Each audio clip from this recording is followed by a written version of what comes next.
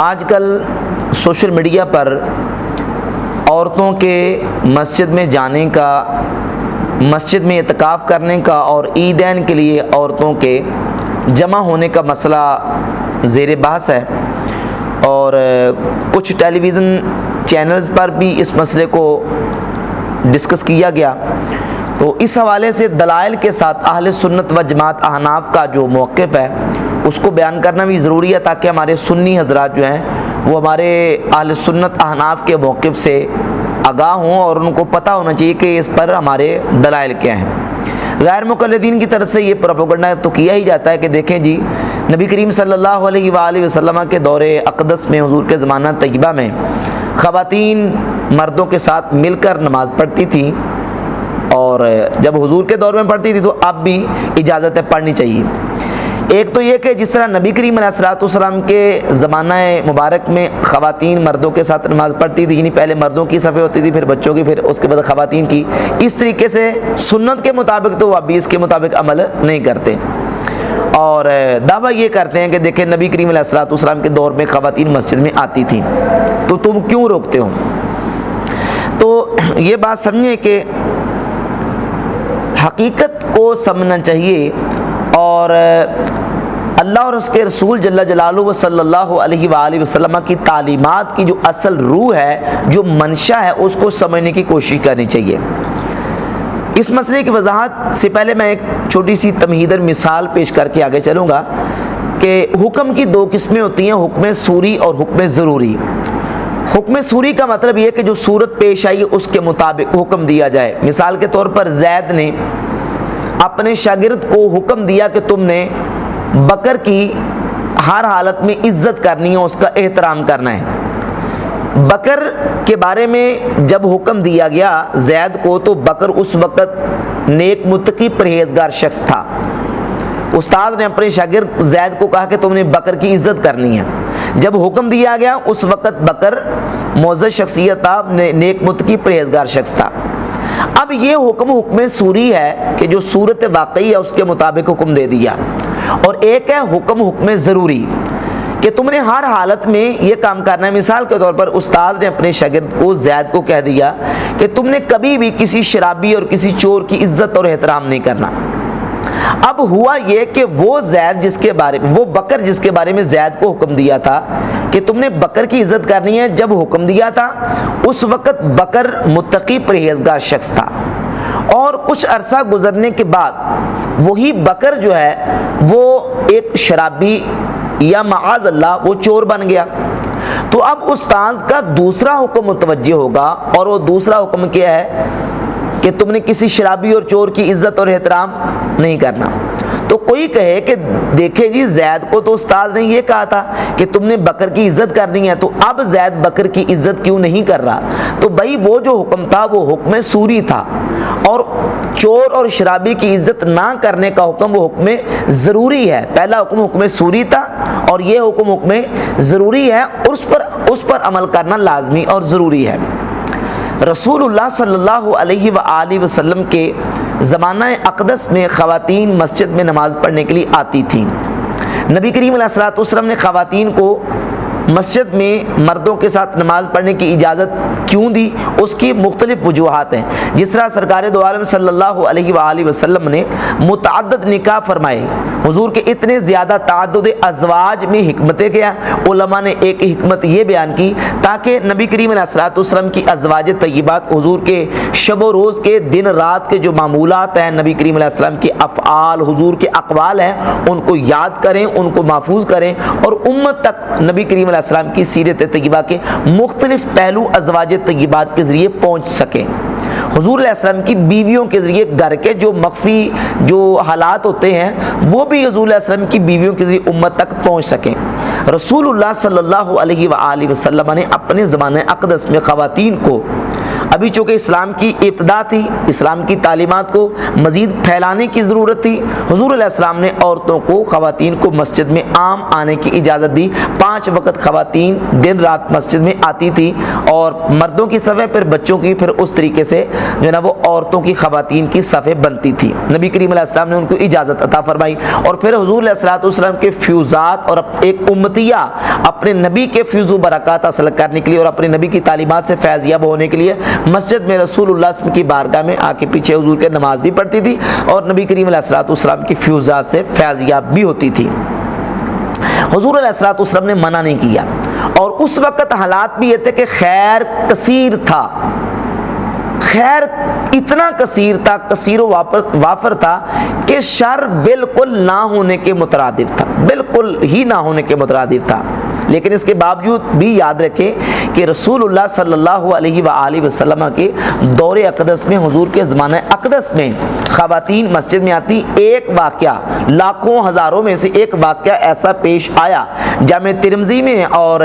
سنن ابی داؤد میں موجود ہے کہ ایک عورت نماز پڑھنے کے لیے مسجد اقدس میں آ رہی تھی کہ راستے میں ایک بندے نے اس کو پکڑ کے اس کا ریپ کر دیا۔ جامع ترمذی حدیث نمبر 1454 اور سنن ابی داؤد 4379 نمبر، یہ صحیح حدیث موجود ہے کہ رسالت امام صلی اللہ علیہ وسلم کے زمانہ اقدس میں ایک واقعہ پیش آیا۔ حالانکہ اس وقت خیر کثیر و وافر تھا اور جو شر ہے وہ نہ ہونے کے مطابق تھا، لیکن اس کے باوجود بھی یہ واقعہ پیش آ گیا۔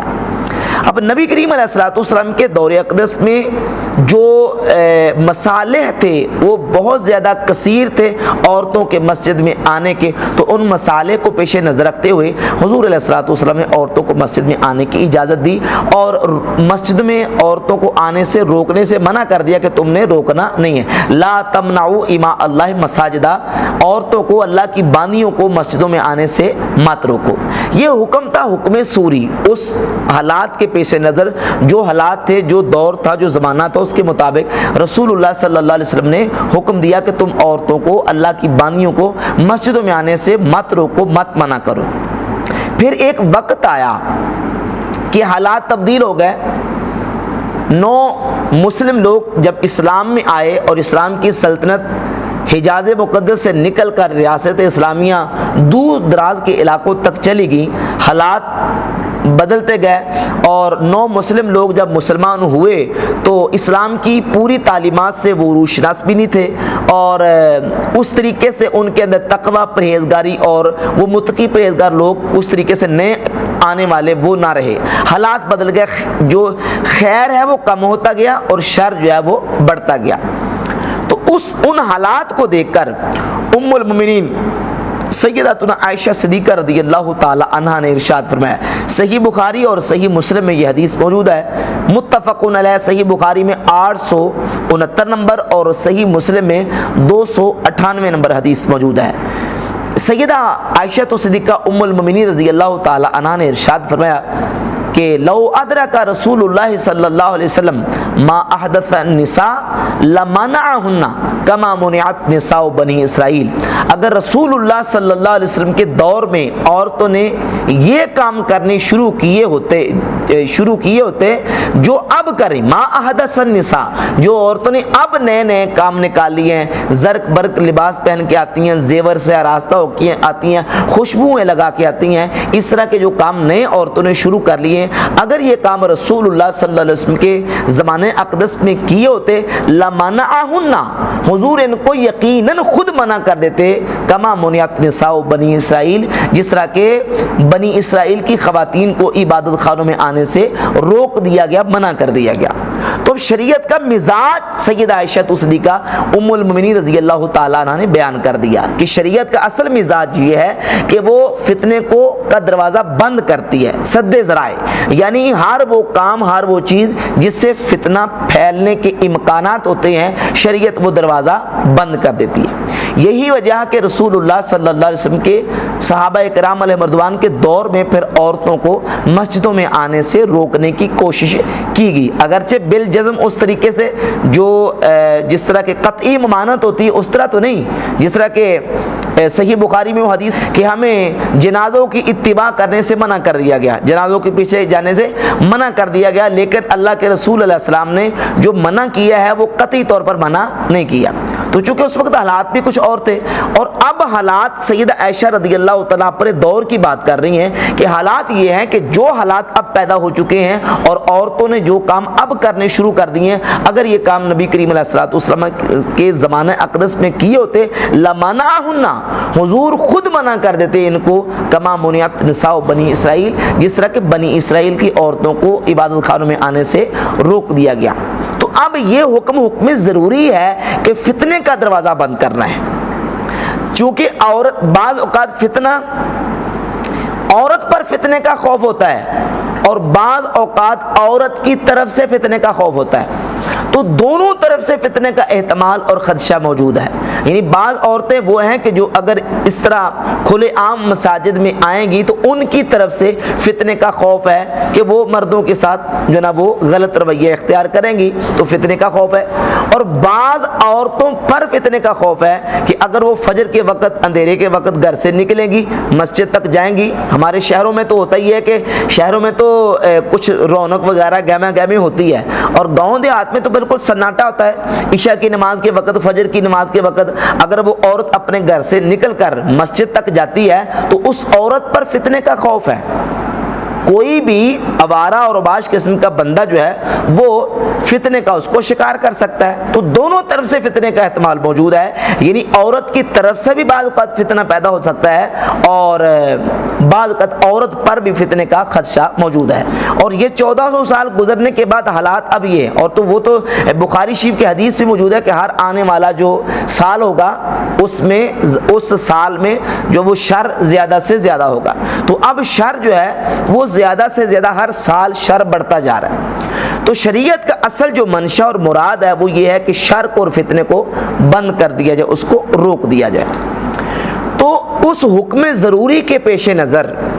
نبی کریم علیہ السلام کے صحابہ، پھر تابعین اور پھر ائمہ مجتہدین دور میں بھی عورتوں کو مسجدوں میں آنے سے روک دیا گیا کہ اب چونکہ خیر قلیل اور شر کثیر ہوتا جا رہا ہے، لہذا احادیث بھی موجود ہیں۔ سنن ابی داؤد میں، دیگر سنن میں یہ حدیث موجود ہے کہ رسول اللہ صلی اللہ علیہ وآلہ وسلم نے عورتوں کو ارشاد فرمایا کہ تمہارا گھر میں نماز پڑھنا میری اس مسجد میں نماز پڑھنے سے افضل ہے۔ حالانکہ نبی کریم علیہ السلام کی مسجد میں، یعنی مسجد نبی شی میں، ایک نماز پڑھنے کا 50,000 نماز پڑھنے تک ثواب احادیث میں موجود ہے، لیکن فرمایا کہ میری اس مسجد میں نماز پڑھنے سے تمہارا گھر میں نماز پڑھنا افضل ہے، وہ اعلیٰ ہے۔ تو ان احادیث کے پیش نظر ہمارے فقہا نے، ہمارے ائمہ مجتہدین نے عورت کو گھر میں نماز پڑھنے کا حکم دیا اور کہا کہ فتنے کو بند کرنے کے لیے یہی حکم ہے کہ وہ مسجد میں نہ آئے۔ اب وہ جو حکم تھا کہ مسجدوں میں آنے سے نہ روکو، وہ حکم سوری تھا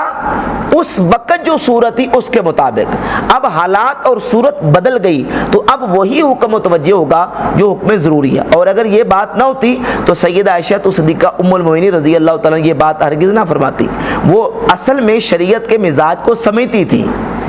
اور اسی لیے انہوں نے فرمایا کہ لمانا ہونا کما منعت نساء بنی اسرائیل، رسول اللہ صلی اللہ علیہ وآلہ وسلم خود منع کر دیتے، جس طرح کہ نبی کریم علیہ السلام نے جس طرح کہ بنی اسرائیل کی عورتوں کو عبادت خانوں میں آنے سے منع کر دیا گیا، روک دیا گیا۔ امام ابن حجر اسقلانی نے اپنی کتاب الاصابہ فی تمییز صحابہ کی جلد نمبر 4 صفحہ نمبر 2571 نمبر صفحہ حرف العین المہملہ کے تحت حضرت عاتقہ بنت زید کا ترجمہ بیان کیا۔ ترجمہ نمبر 11443 ہے۔ حضرت عاتقہ بنت زید پہلے سیدنا فاروق اعظم رضی اللہ عنہ کے نکاح میں تھی اور بعد میں یہ حضرت زبیر ابن عوام رضی اللہ عنہ کے نکاح میں آئیں۔ حضرت زبیر رضی اللہ تعالیٰ ان کو مسجد میں آنے سے روکتے تھے، لیکن ان کی مسجد سے محبت تھی، وہ مسجد میں آنے سے نہیں رکتی تھی۔ ایک دن یہ ہوا کہ حضرت زبیر رضی اللہ تعالیٰ عنہ چھپ کے بیٹھ گئے اور حضرت عاتقہ عشاء کی نماز پڑھنے کے لیے مسجد کی طرف آئیں۔ جب وہ مسجد کی طرف آئیں تو حضرت زبیر رضی اللہ تعالیٰ جو ان کے شوہر تھے، انہوں نے چھپ کے گزرتے ہوئے ان کے سر پر ہاتھ مارا۔ فلما مرت بہ ضرب علی عجیزتہا، جب وہ گزری تو ان کے سر پر ہاتھ مارا تو وہ لوٹ گئیں، اور وہ لوٹی تو یہ کہتے ہوئے لوٹی کہ فسد الناس، یعنی فسد الناس، لوگوں میں فساد برپا ہو گیا، لوگوں میں فساد واقع ہوا ہے، فلم تخرج بعد، اس کے بعد وہ مسجد میں نماز پڑھنے کے لیے حاضر نہیں ہوئی۔ یعنی جو جن کی محبت اور انس اتنا تھا مسجد کے ساتھ کہ جو رکتی نہیں تھی مسجد میں آنے سے، وہ بھی یہ بات سمجھی کہ حالات اب خراب ہو چکے ہیں۔ نبی کریم علیہ الصلوۃ والسلام کے زمانہ اقدس میں حالات اور تھے اور اب حالات اور ہیں۔ تو جب صحابہ کے دور میں حالات اس طرح ہو چکے تھے تو آج 1400 سال گزرنے کے بعد جو حالات ہیں وہ کسی سے مخفی نہیں ہیں۔ آج کے دور میں اگر اس طرح عورت جاتی ہے جس طرح زمانہ نبوی صلی اللہ علیہ وآلہ وسلم میں عورتیں مسجدوں میں آتی تھیں، اگر غیر مقلدین سنت کے مطابق عمل کرنا چاہتے ہیں تو پھر اسی طریقے سے عمل کریں، اسی طریقے سے پہلے صف مردوں کی ہو، پھر بچوں کی ہو، پھر کیا ہو، عورتوں کی، کیونکہ نبی کریم علیہ السلام کے زمانہ اقدس میں ایسے ہی ہوتا تھا کہ آخر میں عورتوں کی صفیں ہوتی تھی۔ احادیث موجود ہیں، آپ احادیث کی کتابیں کھول کے دیکھ لیں، سب احادیث میں جو نا وہ یہ ترتیب موجود ہے کہ نبی کریم علیہ الصلوۃ والسلام نے اسی طریقے سے صفوں کی ترتیب بنائی۔ سیدنا ابو مالک اشعری رضی اللہ تعالیٰ نے حضور علیہ الصلوۃ والسلام کی جو نماز سیکھی، جا کے اپنے اشعری قبیلے کو جو نماز کی تعلیم دی ہے، اس میں بھی یہی ہے کہ انہوں نے پہلے مردوں کی، پھر بچوں کی، پھر خواتین کی، عورتوں کی صفیں بنائی۔ مسند احمد ابن حنبل جلد نمبر 6 صفحہ نمبر 470 پر حدیث کا نمبر 22,399 نمبر حدیث ہے، یہ حدیث موجود ہے کہ پہلے سب مردوں کی، پھر بچوں کی، پھر عورتوں کی۔ اسی طریقے سے صحیح ابن حبان میں حدیث نمبر 402 ہے، مسند احمد ابن حنبل میں حدیث نمبر 10,611 اور مجموع الزوائد میں 2,518 نمبر حدیث ہے، اور صحیح مسلم میں 987 نمبر حدیث ہے۔ تقریباً مضمون سب روایت اور حدیث کا ایک ہی ہے کہ پہلے مردوں کی صف ہوتی تھی اور بعد میں کن کی صف ہوتی تھی؟ خواتین کی، بچوں کے بعد خواتین کی۔ اور یہ حدیث تو بالکل واضح ہے کہ جب خواتین مردوں کے ساتھ آ کے، یعنی مردوں کے بعد صف بنا کے نماز پڑھتی تھی تو رسول اللہ صلی اللہ علیہ وآلہ وسلم نے ان کو ارشاد فرمایا۔ حضور نے کیا ارشاد فرمایا؟ فرمایا یا معاشر النساء اذا سجد الرجال فاحفظن ابصارکن من عورات الرجال، اے عورتوں جب مرد سجدہ کریں تو تم اپنی نگاہوں کو ان کی شرمگاہ دیکھنے سے نیچا کر لو، شرمگاہ دیکھنے سے نیچا کر لو۔ یہ کیوں فرمایا؟ عبداللہ بن ابی بکر راوی کہتے ہیں میں نے عبداللہ بن ابی بکر سے پوچھا ماں یعنی بے ذالکا، یعنی اس سے کیا مراد ہے کہ شرمگاہوں کو دیکھنے سے نگاہیں نیچی کر لو، اس کا مطلب کیا ہے؟ تو عبداللہ بن ابی بکر کہتے ہیں کہ دیک العذر، یعنی ان کے جو ازار ہوتے تھے، جو انہوں نے چادر وغیرہ تہبند باندھا ہوتا تھا، وہ چھوٹے ہوتے تھے۔ حتیٰ کہ صحیح مسلم میں جو ہے وہ یہ ہے کہ اپنے ازار چھوٹے ہونے کی وجہ سے انہوں نے جس طرح بچے نہیں باندھ لیتے، انہوں نے اپنے گردنوں میں اس کی جو گریں دی ہوتی تھی، وہی ایک کپڑا ہوتا تھا جس سے وہ اپنا سطر چھپا کے صحابہ کرام علیہ مردوان نماز ادا کرتے تھے۔ تو جب وہ سجدے جاتے تھے تو ان کے سطر کے ننگا ہونے کا احتمال اور امکان موجود تھا، اس لیے فرمایا گیا کہ عورتوں کو کہ تم پیچھے والی صف میں ہوتی ہو، اس لیے تم اپنی نگاہوں کو نیچی کر لو۔ تو اس سے بھی بالکل واضح ہے کہ عورتوں کی صفیں بالکل کیا ہوتی تھی؟ مردوں کے پیچھے ہوتی تھی۔ تو اگر تم سنت کے مطابق عمل کرنا چاہتے ہو تو پھر اپنی عورتوں کو مسجد میں مردوں کی صفوں کے بعد صفیں بنواؤ۔ حالانکہ اس طرح یہ نہیں کرتے، بلکہ عورتوں کے لیے الگ پورشن کا انتظام کیا ہوتا ہے جو سنت سے ثابت نہیں ہے، اگر تم سنت کے مطابق ہی عمل کرنا چاہتے ہیں۔ اور دوسری بات یہ کہ اس فتنے کو بند کرنے کے لیے جو عورت پر فتنے کا خدشہ تھا یا عورت کی طرف سے جو فتنے کا احتمال و خدشہ تھا، اس کو بند کرنے کے لیے نبی کریم علیہ الصلوۃ والسلام کے صحابہ کے دور میں عورتوں کو مسجدوں میں آنے سے روک دیا گیا، جس طرح کہتے ہیں زبیر ابن العوام رضی اللہ تعالیٰ کا جو واقعہ الاصابہ سے میں نے سنا ہے، اور دیگر بھی اس پر دلائل موجود ہیں۔ اسی طریقے سے ایک روایت میں اور سنانا چاہتا ہوں کہ جن لوگوں کے دل میں کجی اور ٹیڑھ ہوتی ہے وہ فتنہ تلاش کرتے ہیں۔ یہ حضور اقدس صلی اللہ تعالی علیہ وسلم کے زمانہ اقدس میں جو منافقین ہوتے تھے وہ بھی اس طرح کی بہت ساری کاروائیاں کرتے تھے۔ ابھی جو میں آپ کے سامنے روایت پیش کرنے لگا ہوں یہ اس دور کی پاکیزہ دور کی بات ہے کہ منافقین کے دل میں کجی اور ٹیڑھ اور مرض ہوتا تھا تو وہ نماز پڑھتے وقت بھی خرابی سے باز نہیں آتے تھے. اور آج جو کہ زمانہ خیر سے اتنا دور ہو چکا ہے اور شر اتنا پھیل چکا ہے کہ لوگوں میں تقوی طہارت تو بڑی دور کی بات ہے, لوگوں میں جو حرام سے بچنے کی جو صورت ہے وہ بھی بہت مفقود اور بہت ناپائد ہے. تو ایسی صورتحال میں اور ایسے جو دور میں جو ہے وہ عورتوں کو کسی بھی فتنے کے ہاتھ چڑھانے کی اجازت نہیں. اب وہ واقعہ کیا ہے؟ وہ واقعہ حدیث کی موت پر کتابوں میں موجود ہے اور امام ترمذی رحمۃ اللہ جامع ترمذی کی حدیث نمبر 3122 لے کے آئے ہیں. امام ابن ماجہ حدیث نمبر 1046 لے کے آئے ہیں. سنن نسائی میں امام نسائی نے اس کو 867 نمبر روایت لے کے آئے ہیں اور ایک نسخے میں 870 نمبر روایت بھی ہے. اس روایت کو امام حاکم نے بھی صحیح قرار دیا, امام ترمذی نے بھی صحیح اس کو مانا ہے اور احمد شاکر غیر مقلد نے بھی اس کو صحیح مانا ہے. مسند احمد ابن حنبل کی جو تعلیقات ہیں ان کی اس کی جلد نمبر 2 صفحہ 278 پر, اور ناصر الدین البانی نے السلسلۃ الصحیحہ حدیث کا نمبر ہے 2472 پر اس کو صحیح مانا ہے کہ نبی کریم صلی اللہ تعالیٰ علیہ وسلم کے زمانہ اقدس میں جب عورتیں مردوں کے ساتھ آ کے نماز ادا کرتی تو جو منافقین تھے وہ کیا کرتے کہ پچھلی صفوں میں آنے کی کوشش کرتے. سیدنا عبداللہ ابن عباس رضی اللہ تعالیٰ فرماتے ہیں, حدیث نمبر 3122 ہے ترمذی کی, کانت امراتن تصلی خلف رسول اللہ صلی اللہ علیہ وسلم, ایک عورت نبی کریم علیہ السلام کے پیچھے نماز پڑھتی تھی. حسنا من احسن الناس, یعنی بڑی خوبصورت تھی, اللہ رب العزت نے اس کو بڑا حسن و جمال دیا ہوا تھا, بڑی خوبصورت تھی. تو وہ عورت رسول اللہ صلی اللہ علیہ وسلم کے پیچھے آ کے نماز پڑھا کرتی تھی. فکان بعض القوم یتقدم حتی یکون فی الصف الاول لئلا یراہا, تو جو صحابہ تھے وہ تو اگلی صف میں چلے جاتے تھے کہ تاکہ اس عورت پر کسی کی نظر نہ پڑے. وَيَسْتَأْخِرُ بَعْضُهُمْ حَتَّى يَكُونَ فِي الصَّفِّ الْمُؤَخَّرِ, اور بعض جو ہے وہ پچھلی صفوں میں رہتے تھے تاکہ اس کی طرف دیکھ سکیں. فَإِذَا رَكَعَ نَظَرَ مِن تَحْتِ إِبْطِهِ, جب رکوع کرتے تو اپنی بغلوں کے نیچے سے پیچھے دیکھتے. فَأَنزَلَ اللَّهُ وَلَقَدْ عَلِمْنَا الْمُسْتَقْدِمِينَ مِنْكُمْ وَلَقَدْ عَلِمْنَا الْمُسْتَأْخِرِينَ, کہ اللہ جانتا ہے تم میں سے جو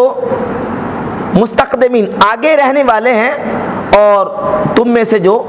پیچھے رہنے والے, اللہ ان کو جانتا ہے, اللہ ان کے دلوں کے حالوں کو جانتا ہے. تو یہ واقعہ امام ترمذی نے, امام ابن ماجہ نے, امام نسائی نے, بڑے بڑے جلیل القدر محدثین نے بیان کیا. اللہ رب العزت نے یہ آیت نازل فرمائی. تو جن کے دلوں میں مرض اور ٹیڑھ ہوتی ہے تو وہ نماز میں بھی اس طرح کی خرابی سے باز نہیں آتے. تو اب حالات کیا ہیں, اب دور کس طرح کا ہے اور شر اب کس طریقے سے پھیل چکا ہے, کتنا زیادہ شر ہو چکا ہے. ایسے دور میں اور ایسے حالات میں عورت